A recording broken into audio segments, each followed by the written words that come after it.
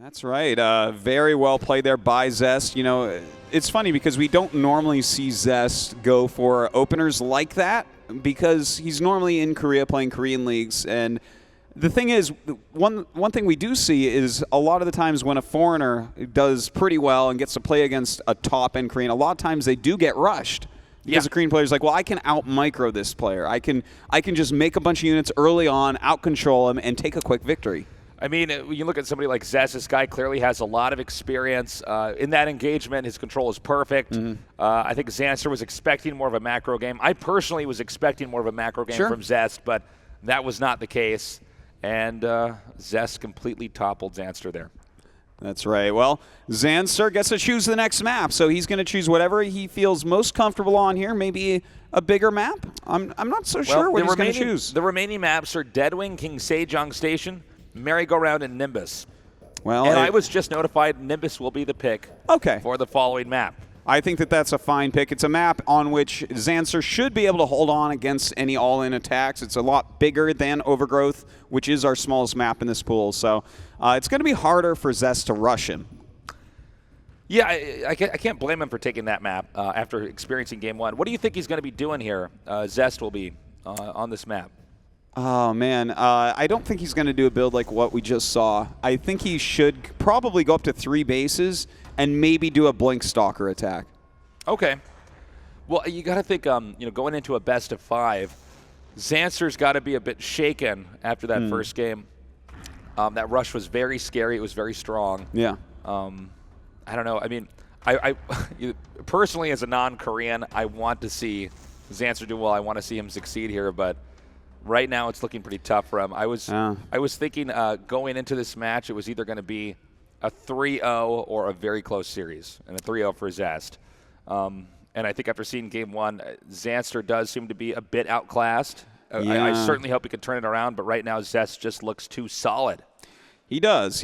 But you know what? Zanster was really trying hard to scout what was going on. He just didn't quite get to do it. I think he needs to stay on top of that scouting, stay diligent, figure out what Zest's plan is, and then do the best counter he can. And it looks like our game is now loaded up, so let's go ahead and introduce our players. From Korea, many say he's the best in the entire world. He is Zest.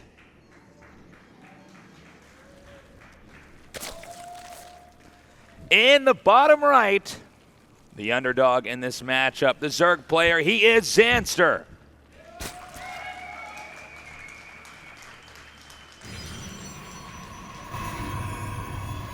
Well, let's take a look at what these guys are going to do. Looks like Zest's going to start a little bit of a walling at his ramp and scout right away. This could turn into something like a cannon rush, but he might just be doing it to be safe as well.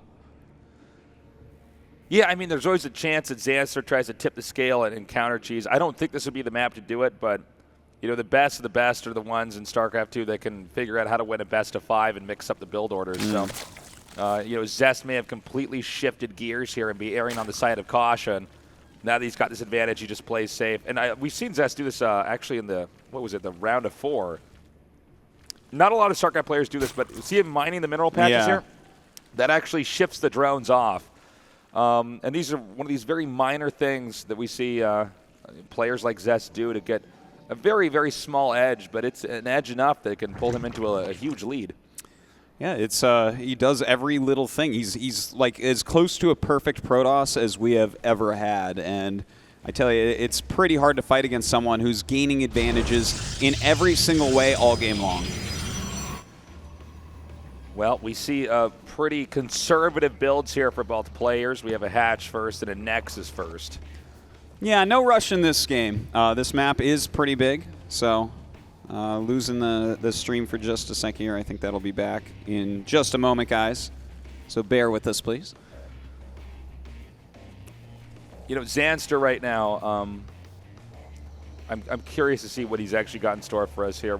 Unfortunately, whenever you see a game like Game 1, where one player gets rushed and knocked out, you don't even know what they really had in store for that game. You don't know if it's going to be, they had some epic endgame strat they were going for. You have no idea because that's what the rush does. It just wrecks them early on. Yeah. So I'm curious to see how Zanster will actually do in a long game. I think he's not actually as afraid of a long game as people would imagine he would be. Like, he is a good Zerg in a long game. I've seen him play some, like, 45-minute games against Koreans where he's actually putting up a great fight. So I think he probably would rather it end there rather than Zest rushing him again, to be honest. I believe we have some kind of delay here as both players are removing their headsets. So we will stop talking about this game and oh. I think we might be back in here. Yeah. Just want to make sure we didn't talk about anything until the game goes on. By the way, it's a real treat to be down here in Baku. Absolutely amazing city. Yeah, it really is. I didn't know what to expect coming in, Tasteless, but I'm loving it. Having a great time here. We are a pair of Americans. We didn't get the best geography lessons, but after coming down here, I got to say, this is an amazing part of the world.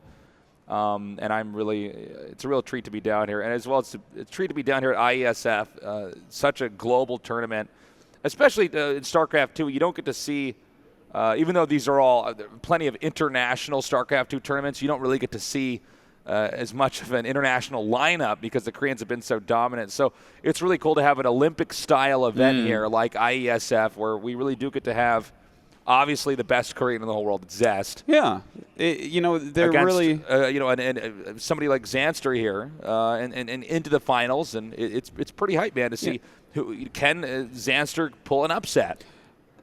It's so true, Tasteless. I love having like in StarCraft we have one player from each country that's participating, and it's fantastic to have such an international tournament. Look, it's Toby one in the background. Sign my mouse pad, please. No, it's been really cool to be down here at like a multi-gaming event and getting to catch up with all the other players and the casters. We were casting Hearthstone earlier too, and that was an absolute blast. And really cool to see, speaking of the whole international event, super global, to see a Tunisian win in the finals. Yeah. That's what makes this the whole gig so beautiful. Well, that was a lot of fun. And here in StarCraft 2, there's a possibility we see a Swedish player live, but it's kind of like a legendary country as far as StarCraft 2 goes. We've had some of the very best non-Koreans have come from Sweden. So a history of excellence with that country in esports. Yeah, Sweden's been pretty prominent in esports since the very beginning. I'd say initially most recognized for their incredible Counter-Strike teams. Yeah. But nowadays, I mean, they're a multi-platform esports Goliath here. Oh, indeed. Definitely one of the best countries out there. Can I point out how cool that was, how I phrased that? That was probably the most eloquent way you could sum it up, multi-platform. I can see why people pay you to talk. Yeah, that was... Makes sense. It's a good decision. Okay. This game so far, we're still waiting for the cybernetics core to complete. And from there, we'll see what exactly Zest has in store for us. I personally think he'll probably just be going for a Stargate. Yeah, I think that a Stargate is going to be a solid opener. Pretty much always here against Zanster because you get a lot of scouting done. And if you're very confident against your opponent as a Protoss, scouting is what you need to do. And on top of that, he has the potential to do some great harassment damage and gain a lead like that. And especially within these positions here, you can already see the Stargate parked at the second base, but that's actually a very short travel distance to get to the second. That's almost like a proxy Stargate Artosis. Yeah. That could actually get there very quickly and do a lot of damage. Assuming he goes, for instance, Oracle here, which I think is what he would do because that makes sense in these positions. Yeah, I think he will, but Zest does sometimes go Phoenixes as well. They both have their ups and downs, but I think the Oracle is maybe a little bit of a better choice here. Well, the way it's rallied, it looks like it's actually going to be Phoenixes, so. Yeah, definitely don't send the Oracle to the hide into the top part of your base there. Okay, so he's going to go for a robotics base. So Zest has actually shifted gears. He's going to go for long-term late game PvZ. He wants to get his third base up. He wants to tech up. He's confident that he will simply outproduce. Both these guys right now are essentially playing single player here. They're just in a race right now to get as much as humanly possible so that they get a lead later on. And Zest, after game one saying, okay, my control's better. In game two, he's saying, you know what, my macro is better too. My understanding of the economics and the speed at which I can produce is superior to yours. Well, looking at this game and how it's shaping up with that Robo, Zanster should look at these Phoenixes and say, okay, I'm probably not going to get rushed here. Of course, it is a possibility to do like an all-in attack with a Phoenix opening that has a robo, but it's not too common. Like, I think it's quite likely that Zest goes into a third base, and Zanster has time to actually perform whatever strategy it is that he actually wants to do in this game. I'm excited because I want to see how Zanster is in mid-game and late game, because we didn't get to see that. He was actually robbed of that by Zest with that rush. Yes. So let's see what he's got to offer. Zanster is actually one of the non-Korean players who does generally have very good late game. Yeah. No matter who he's against. So let's see if he can put Zest up to a challenge here. Well, right now we do actually have Zest doing a kind of cheeky strategy here. He does have a War Prism full of Zealots, so this could end up doing a lot of damage, utilizing these Phoenixes to lift up Queens and letting those Zealots get in and kill drones and Spore Crawlers. So this is kind of scary for Zanster. Let's see how he deals with it at that front base. Here comes a Zealot harass now. The Zealot's actually a great angle here, and it looks like he's waiting, just staying out of range of the Spore Crawler. He may be trying to pick up the Queens here. The Zealot's getting dispersed here. The Queen's getting picked up. That's right. He's going to pick off as many Queens as he possibly can. The first one does fall down. The Zealot's going after others, and this strategy working out so well for Zest right now. It looked like Zanster had enough to hold, but this attack is dealing critical damage. Yeah, this attack is doing a lot here. The Roaches are coming out, but they're not here in enough numbers. The Zealot's now moving in and hitting the drones. The drones being pulled out right now. And the Phoenix is just out of range of the Spore Crawler, able to isolate each of these Roaches, picking them up. Oh man, this damage is just so much tasteless. We saw something like 6 Queens die, a whole bunch of drones go down, a whole bunch of units as well. All the Phoenixes are left alive. This has been a fantastic attack. Yeah, really nice job there by Zest. Now, you got to keep in mind, most of the units that were lost there for Protoss were the Zealots. Mineral units are basically as expendable as you can get here in StarCraft2. So, interrupting the mining here for Zanster. And I guess we're going to continue on with this sniping creep tumors. Oh, man. Here. This is of it. What we were talking about with a perfect Protoss player. Yeah, he's like, well, I guess if I had enough APM, I could theoretically snipe creep tumors that might not matter in this game, but I can get in there and do that. Well, that's how fantastic is that? He just killed off creep tumors as well. This is just because he's so fast. He's so on top of everything. This is really where you get to see Zest as a player that seems to operate in game more like a supercomputer. Yeah, this guy is like the deep blue of StarCraft2. He can just do everything at once. And you see he's continuing to get a lot of harassment damage done here to Zanster, even though he's purchased so many Spore Crawlers to try to defend against it. All right, the Queen has been taken out, and I do like how he's isolating this over here. Meanwhile, Zanster attempts to get into the main, but really nothing impactful occurring here as far as crippling Zest anyway. Zest right now with an economic lead. Normally, Zerg at this phase of the game is about 20 supply ahead of the Protoss. So this is a pretty big deal, guys. I don't see any plans or opportunity even for Zanster to take a 4th base effectively. So Zest has really secured his position here as we're ending what I guess we could say is the mid-game part of this, and the tech trees are getting finished up here. I got to say, Zest is looking very good. His harass has been great. Any attempt for Zanster to do any damage to Zest, it just runs right into a wall. Yeah, that's what we've seen so far. But Zanster looks like he may be gearing up for a very strong attack. He's making 10 Corruptors, and this is like the one moment in the game where this strategy that Zest has done is a little bit weak, because it doesn't have that much anti-air. Sure, it has these Phoenixes, but they don't do well against Corruptors. So the Corruptors may be able to pick off the Phoenixes, to pick off the Colossus, and then he may be able to run him over with these Lings and Roaches. The Phoenixes are coming back now. And let's see if Zanster actually can do a huge blow here. We see Zest coming up now. Now notice how he's parking his army behind the minerals. He's using every obstruction possible to make it more difficult for this attack to be effective. The Queens are coming up, and this game should be finalized in this moment. Yes. We're going to see either a tipping point here for Zanster where he comes back, or Zest shut this down, and the game ends. The attack is now beginning. You can see the Phoenix is actually driving back to these Corruptors. The Colossi in such good position. Just great play here from Zest. Look at this. He's defending absolutely against everything. These Corruptors moving forward. They have to kill off these Colossi. He gets one of them already. Some more Stalkers coming in, though, and it looks like this attack will be held. Unbelievable. The ground army is wiped up. The Corruptors retreat. And Zest has shut down that attack brilliantly there by Zanster. And by the way, we could tell how much of an all-in moment that was by the fact that all those queens were sent in there. Yeah. Those were queens that weren't larva injecting. Those were minerals that weren't going into additional expansions.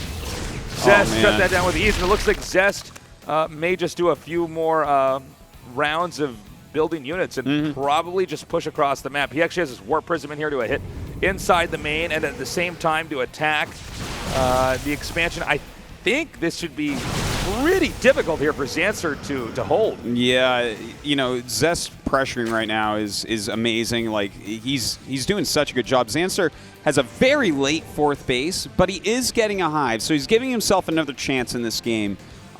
He might be rushing up right now to get Vipers and utilizing those to end up winning against this army, but will that end up working is the question. I feel like this image we have right here is exactly how to capture Zanster's position. He has a decent army, but you saw no drones mining at that expansion. Now he's in a way forced himself into this position. But as you go back to Zest's base, you see proper tech tree finishing up, the upgrades all being chrono boosted out here. And a solid army, and also he's not overextending. He's just pushed out enough to kill off creep tumors in that super effective Zest style. Let's see, is he going to expand here, or is this actually an attack? I think this is actually just an attack. I think he's just kind of pushing creep back. He's putting pressure on, trying to limit the vision and mobility here of Zanster. So we see the army right now for Zanster. He's at 184 supply to the 162 here for Zest. The tech tree and the upgrades are really what Zest has going for him. And that 4th base is mining. The Warp Prism has been pulled out. And I think Zest is just going to match the 4th base. He's already won game 1. He's in a good position here in game 2. He might as well just play safe. Well, you are right about that. He should sit back, play safe. He knows that he's in a position where Zanster is not running away with his economy. So if he just lives through whatever attack Zanster has planned, you know, he's going to be in good shape. Well, 4th base is about halfway finished here. Zest is just continuing to warp in. Both players are reaching the point where they can't make any more units. They're both maxed out, nearly maxed out. And look at that. It looks like Zanster has decided to go for Broodlord tech. We almost never see this. This is really interesting. Yeah, this is, I feel like I'm casting a Wings of Liberty game. Yeah. Okay, so we have a Broodlord push. Actually, you know what? This is actually a really good choice here for Zanster. Sure. I think this might be the best possible choice out of anything he could do. Well, because of the position he's in. This is sort of like a plan B after that failed attack, but plan B is actually a little bit stronger than the initial plan A here. Let's see how this goes.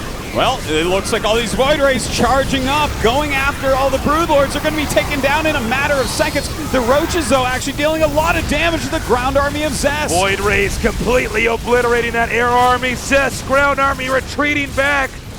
And the Queen's doing a great job here against these Void Rays. The Void Rays targeting the Broodlords first, and the Queen second.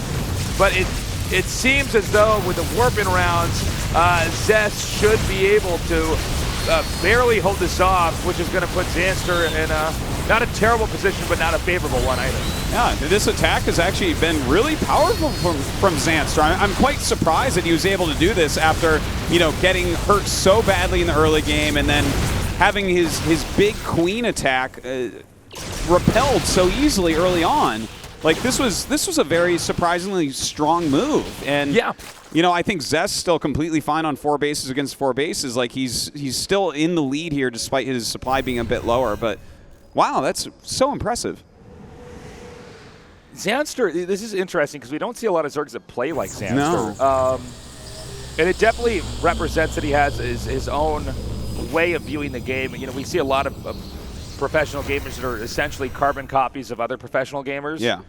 But Zanster, this guy is not factory built, man. No, certainly not. He's a pretty brainy guy. He's a pretty creative guy. And I like, even though he's been in a deficit, how he's approaching this situation. Well, we have another attack coming up here. A lot of Hydralisks mixed in, but he also has these Corruptors to take down the Colossus. The Colossus get taken down, but the Zealot's going to be able to push everything back. Again, Zanster still on the offensive here. Supplies just barely ahead here for Zerg, but that may turn around as this battle goes onward. Only Stalkers here against Hydras and Zealots. Not exactly a favorable match here. He needs something beefy to get in the front of this battle.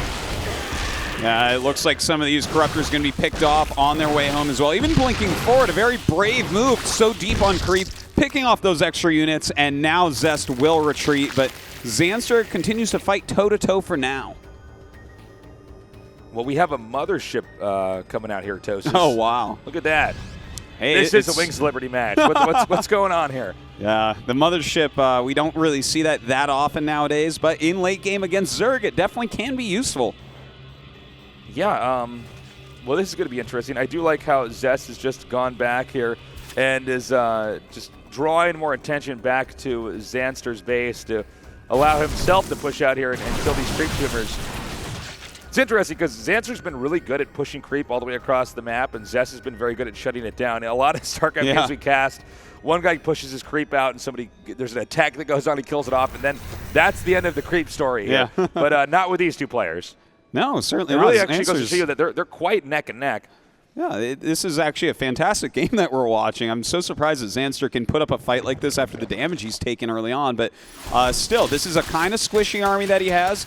But if you look at Zest's army, it's not optimal. It's not really what he wants right now. Well, he's had the Colossus count reset so many times, and when you only have one Robo, incrementing out Colossi, once you lose that, it's a big game changer. So, as you can see up here, it's kind of weird. He's sort of zoning out the Protoss' army from the fourth base. By the way, guys, if Protoss loses the fourth base, Protoss will probably lose this game. So, Zanster may actually... he could take it. He could take this. Well, we'll see if he's able to. It looks like Zest continuing to hold on for now. That mothership really going to help his army in zoning everything out. There is detection here, though, so he does see everything under that mothership. And it looks like he blinks in right now. Oh, targeting down a Broodlord so quickly. Well, we see the pushing coming in here. The majority of this army cloaked here. Zest could actually just blink back some of that. There he goes, blinking to the other side to make the attack less efficient here. The Colossi just doing so much damage.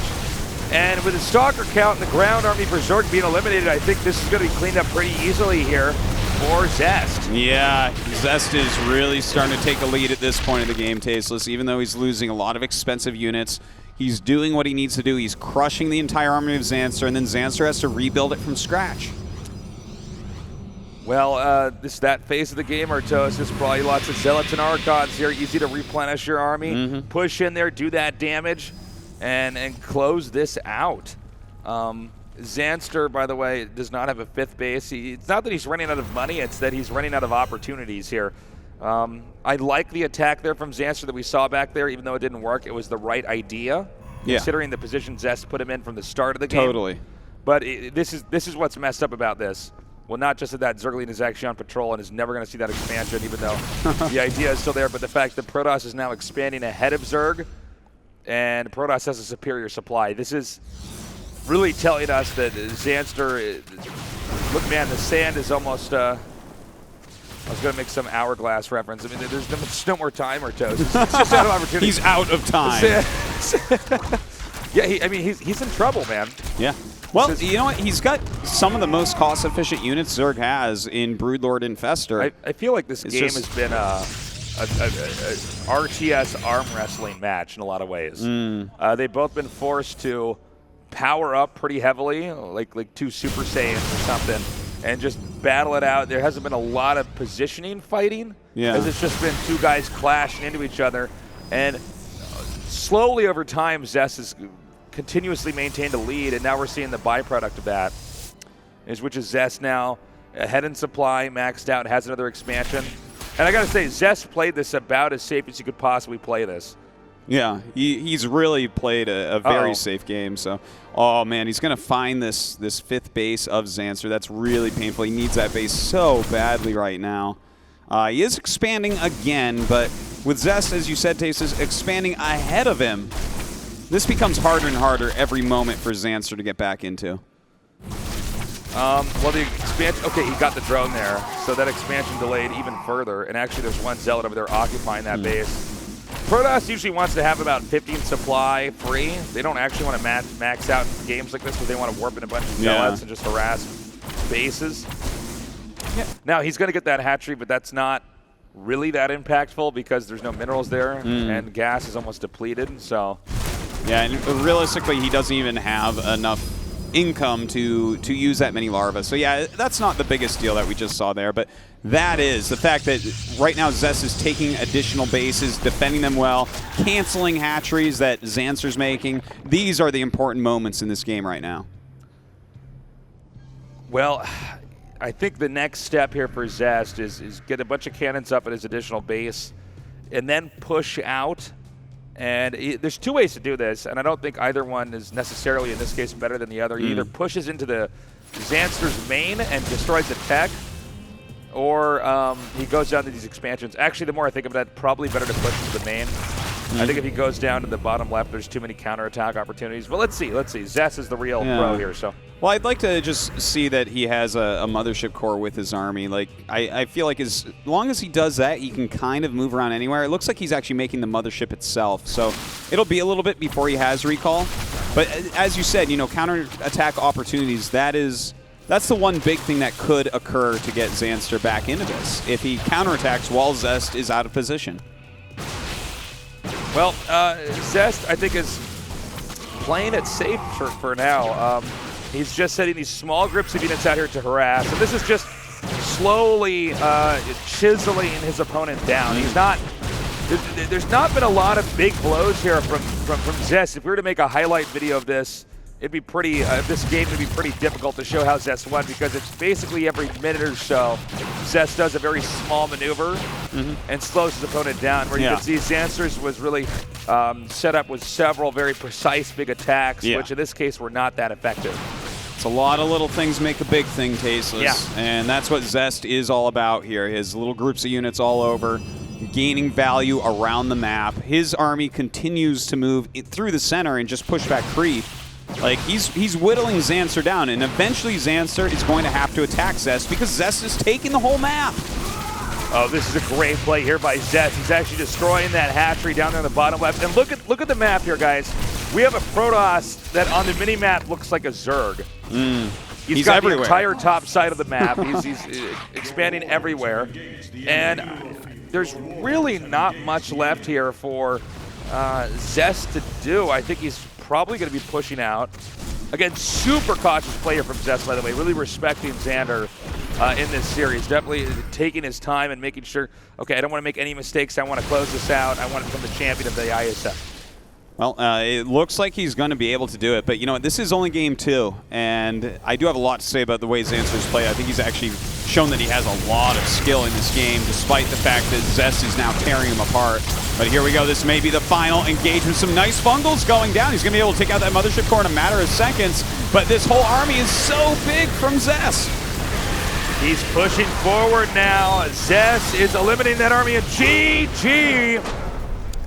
Zest there with a 2-0 lead. If he wins one more game, he's going to be the champion here of the IeSF. It's so well played. You can see Zest's power in all of these games. He's just like this unstoppable force. But I do want to point out that Zanster took a lot of damage to that early attack.